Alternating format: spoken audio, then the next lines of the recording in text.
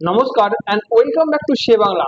আপনারা জানেন যে ইউক্রেন রাশিয়ার থেকে তুলনামূলকভাবে ছোট দেশ, কিন্তু রাশিয়ার মতো বিশাল একটি শক্তিশালী দেশের বিরুদ্ধে এমন একটা আক্রমণ চালিয়েছে যেটা গোটা বিশ্বের সামরিক বিশেষজ্ঞরা এখন অধ্যয়ন করছে।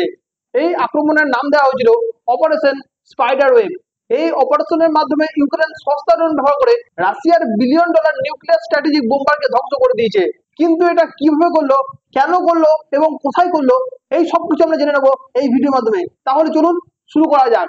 এই ঘটনাটা কেন এত গুরুত্বপূর্ণ?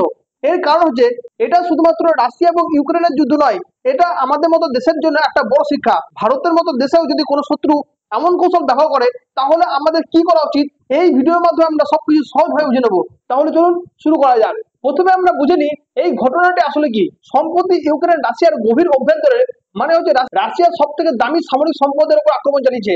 এই সম্পদগুলি হচ্ছে রাশিয়ার TU-95 নিউক্লিয়ার স্ট্র্যাটেজিক বোম্বার। এই বিমানগুলি এতটাই দামি যে এক একটির দাম প্রায় শত শত মিলিয়ন ডলার। এই অপারেশনে মোট প্রায় 40টি বিমান ধ্বংস হয়ে গেছে, যেটার মূল্য প্রায় $2 বিলিয়ন। একবার ভেবে দেখুন, এই বিমানগুলি ধ্বংস করা হয়েছে কি দিয়ে? মিসাইল না জঙ্গি বিমান? কোনোটাই নয়। এই বিমানগুলিকে ডিস্ট্রয় করা হয়েছে কতগুলো সস্তার সুইসাইড ড্রোন দিয়ে। এই আক্রমণগুলো হয়েছে একসঙ্গে রাশিয়ার বিভিন্ন জায়গার মধ্যে, যেমন সাইবেরিয়ার কাছে, চীনের সীমান্তের কাছাকাছি একটি এয়ারবেসে, এছাড়া মস্কোর কাছাকাছি, উত্তর অঞ্চলে, এমনকি রাশিয়ার সাবমেরিন দেশের মতো আক্রমণ করা হয়েছে। কিন্তু এখন প্রশ্ন হচ্ছে যে এই ড্রোনগুলো এত দূর কিভাবে গেল, মানে হচ্ছে রাশিয়ার এতটা ডিপলি কিভাবে গেল। এই প্রশ্নের উত্তরটা আমি একটু পরে দিচ্ছি।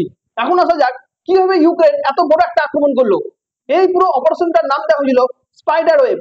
এটা ইউক্রেনের কোনো রাতারাতি পরিকল্পনা ছিল না। ইউক্রেন এই আক্রমণের জন্য প্রায় 1.5 বছর ধরে পরিকল্পনা করছিল। 1.5 বছর! একবার ভেবে দেখুন তো কতটা ধৈর্য এবং কৌশল লেগেছে এই কাজটা করার জন্য। ইউক্রেন প্রথমে তাদের ড্রোনগুলোকে রাশিয়ার ভেতরে পাঠিয়ে দিয়েছিল, কিন্তু এই ড্রোনগুলো সরাসরি ইউক্রেন থেকে রাশিয়ার মধ্যে যায়নি। ইউক্রেন খুব চালাকিভাবে এই ড্রোনগুলোকে ট্রাকের মাধ্যমে রাশিয়ার মধ্যে পৌঁছে দিয়েছিল। এখন প্রশ্ন হচ্ছে যে এই ট্রাকগুলো কে চালিয়েছিল? এখানে হচ্ছে একটা বড় টুইস্ট। ইউক্রেন সম্ভবত রাশিয়ার ভেতরে কিছু লোকের সাহায্য নিয়েছিল যারা রাশিয়ার বিরুদ্ধে কাজ করেছে। এই লোকেরা ড্রোনগুলোকে ট্রাকের মাধ্যমে রাশিয়ার বিভিন্ন এয়ারবেসের মধ্যে পৌঁছে দিয়েছিল। আর তারপরে সঠিক সময়ে আপনি দেখতে পাচ্ছেন যে ড্রোনগুলো ট্রাক থেকে বেরিয়ে এসে এয়ারবেসের মধ্যে আক্রমণ চালিয়েছে। এই ড্রোনগুলো ছিল সুইসাইড ড্রোন, মানে হচ্ছে নিজেরা ধ্বংস হয়ে গিয়ে টার্গেটকে ধ্বংস করে। এই ড্রোনগুলোর মধ্যে ব্যবহার করা হয়েছিল আর্টিফিশিয়াল ইন্টেলিজেন্স। এই আর্টিফিশিয়াল ইন্টেলিজেন্স কারণে ড্রোনগুলো নিজে বুঝতে পারতো যে বিমানের কোন জায়গাটা সব থেকে দুর্বল, আর সেই জায়গাটায় গিয়ে অ্যাটাক করতো।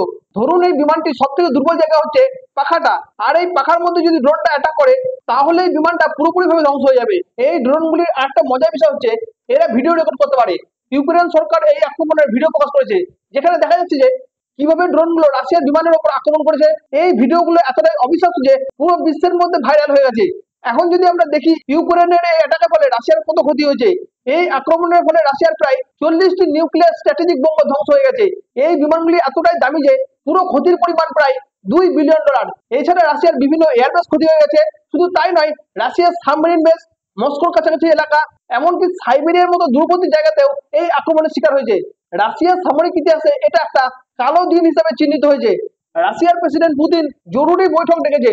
রাশিয়ার সামরিক বিশেষজ্ঞরা এখন শক থেকে বেরোতে পারছে না। তারা বুঝতে পারছে না যে কিভাবে এত গভীর পর্যন্ত অন্য দেশের ড্রোন তাদের দেশের ভিতরে এই আক্রমণ করলো। কিন্তু এখন প্রশ্ন হচ্ছে যে এই ঘটনা আমাদের, অর্থাৎ ভারতের জন্য কেন গুরুত্বপূর্ণ?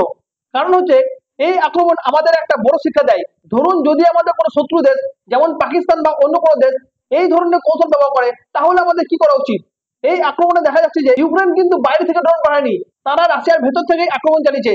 তার মানে রাশিয়ার মধ্যে এমন কিছু লোক আছে যারা ইউক্রেনকে সাহায্য করেছে। ঠিক তেমন ভাবেই ভারতেও কিন্তু এমন ঘটনা হতে পারে। সম্প্রতি ভারত সরকার 15 জনকে গ্রেপ্তার করেছে। তারা পাকিস্তানের জন্য ভারতের উপর স্পাইং করছিল, কেউ কেউ টাকার লোভে, কেউ আবার প্রেমে ফাঁদে পড়ে। এমনকি একজন ভারতীয় নৌবাহিনীর গোপন তথ্য ফাঁস করে দিয়েছে, কারণ সে সোশ্যাল মিডিয়ার মাধ্যমে প্রেমে পড়েছিল। এই ঘটনাগুলো আমাদেরকে সতর্ক করে যে আমাদের দেশের নিরাপত্তা ব্যবস্থা আরো শক্তিশালী করতে হবে। এই আক্রমণের পর রাশিয়ার মানুষের মধ্যে প্রচন্ড ক্ষোভ দেখা যাচ্ছে। সোশ্যাল মিডিয়ায় রাশিয়ানরা তাদের প্রেসিডেন্ট পুতিনের উপর ক্ষোভ প্রকাশ করছে। তারা বলছে যে পুতিন কেন এত নরম হয়ে গেছে। কেউ বলছে যে কেন ইউক্রেনের উপর বড় পদক্ষেপ নেওয়া হচ্ছে না। আবার কেউ কেউ বলছে ইউক্রেনকে পুরোপুরি ধ্বংস করে দেওয়া উচিত। এমনকি রাশিয়ার সোশ্যাল মিডিয়ায় কমেন্টে দেখা যাচ্ছে যে পুতিন কি নিউক্লিয়ার অস্ত্রগুলোকে শুধুমাত্র সাজিয়ে রাখার জন্য রেখে দিয়েছে। মনে করা হচ্ছে যে এই আক্রমণে আমেরিকা বিশেষ ভূমিকা পালন করেছে। কারণ হচ্ছে আমেরিকার স্যাটেলাইট ইমেজ এবং ডেটা ছাড়া ইউক্রেনের পক্ষে এত বড় আক্রমণ কখনোই সম্ভব নয়। এমনকি আমেরিকান প্রেসিডেন্ট ডোনাল্ড ট্রাম্পের একটা টুইট ভাইরাল হচ্ছে, যেখানে সে রাশিয়াকে সতর্ক করেছিল। কিন্তু এখন প্রশ্ন হচ্ছে যে আমরা এখান থেকে কি কি শিখতে পারি। এই ঘটনা থেকে আমরা অনেক কিছু শিখতে পারি। প্রথমত হচ্ছে আধুনিক অস্ত্র এখন শুধুমাত্র সৈন্য এবং ট্যাঙ্কের উপর নির্ভর করছে না, ড্রোন এবং আর্টিফিশিয়াল ইন্টেলিজেন্স এখন যুদ্ধের চেহারাকে পুরোপুরি বদলে দিচ্ছে। দ্বিতীয়ত হচ্ছে দেশের অভ্যন্তরীণ নিরাপত্তা খুবই গুরুত্বপূর্ণ। যদি দেশের ভেতরে থেকে কেউ শত্রুর সঙ্গে হাত মিলায় তাহলে দেশের সব থেকে শক্তিশালী প্রতিরক্ষা ব্যবস্থাও কিন্তু ব্যর্থ হতে পারে। ভারতের জন্য এটা একটা বড় শিক্ষা। আমাদের প্রতিরক্ষা ব্যবস্থাকে আরো আধুনিক করতে হবে। আমাদের ড্রোন প্রযুক্তি, সাইবার নিরাপত্তা এবং গোয়েন্দা তথ্য সংগ্রহের ক্ষমতা বাড়াতে হবে। আর সব থেকে গুরুত্বপূর্ণ হচ্ছে আমাদের নাগরিকদের সচেতন করতে হবে, তারা যাতে কোনো ধরনের লোক বা ফাঁদে পড়ে দেশের ক্ষতি না করে। বন্ধুরা, এই ঘটনা আমাদেরকে দেখিয়ে দিয়েছে যে আধুনিক যুদ্ধ কতটা জটিল এবং অপ্রত্যাশিত হতে পারে। ইউক্রেনের মতো একটা ছোট্ট দেশ রাশিয়ার মতো শক্তিশালী দেশের উপর আক্রমণ চালাতে পারে, এটা সত্যিই অবিশ্বাস্য। এখানে আপনার কি মনে হয়, রাশিয়ার উপর ইউক্রেনের এরকম ধরনের অ্যাটাকের পর রাশিয়া কি এবার ইউক্রেনের উপর নিউক্লিয়ার অস্ত্র ব্যবহার করবে? কমেন্টে অবশ্যই লিখে জানান।